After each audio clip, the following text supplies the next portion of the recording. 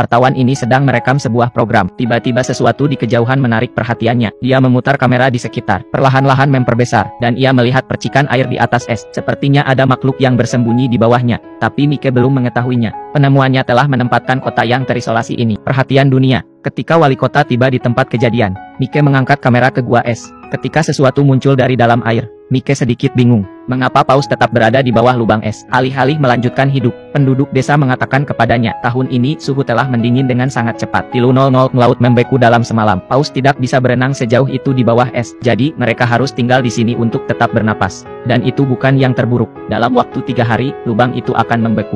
Dan kemudian keluarga 3 paus yang malang akan terperangkap di lautan es yang gelap dan mati. Saat itulah ayah paus muncul kembali. Dia tahu persis apa yang akan terjadi padanya, istri dan anak-anaknya. Tetapi dalam menghadapi kekuatan alam yang kejam, tidak ada yang bisa ia lakukan. Pada akhir malam, Mike tidak bisa melupakan ekspresi keputusasaan di mata ikan paus itu. Jadi, ia mengedit rekamannya dalam semalam, dan mengirimkannya langsung ke New York. Hari berikutnya, paus itu ada di berita. Kisah ini segera menarik perhatian masyarakat. Tidak lama kemudian, media dikerumuni oleh para jurnalis. Mereka semua ingin menghasilkan uang dari ikan paus. Kamar hotel di kota naik dari genap 0 menjadi 500. Namun, antusiasme mereka tidak surut. Kota perbatasan yang tenang tiba-tiba menjadi hidup. Tetapi sang wali kota tampak sibuk. Paus mungkin telah menjadi berita. Tetapi mereka tidak keluar dari bahaya. Dan tidak semuanya buruk. Penduduk setempat memiliki tradisi membunuh paus. Penduduk desa sudah merencanakan bagian ikan mereka. Wali kota tidak ingin mengambil keuntungan dari ikan. Tetapi penduduk desa harus mencari nafkah. Tidak ada yang bisa dilakukannya. Segera setelah itu, sebuah konferensi pers diadakan di kota. Perwakilan masyarakat adat memperdebatkan kasus mereka. Menekankan bahwa perburuan paus adalah cara hidup mereka. Itu masuk akal dan legal. Ana dari masyarakat hewan tidak mau kalah, bahwa kapal pemecah es sedang dalam perjalanan. Paus-paus itu akan segera dikembalikan ke laut.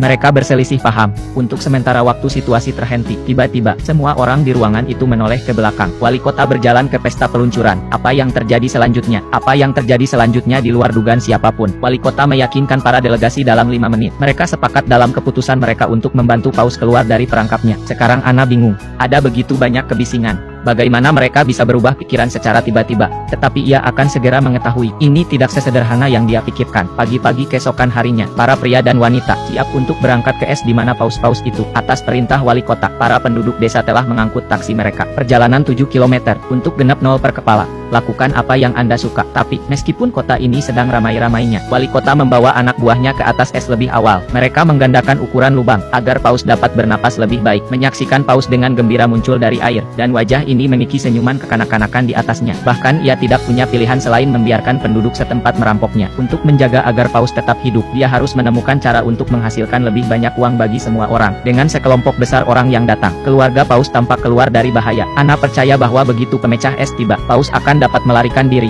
Tetapi masalah baru telah membunuh harapan paus untuk bertahan hidup.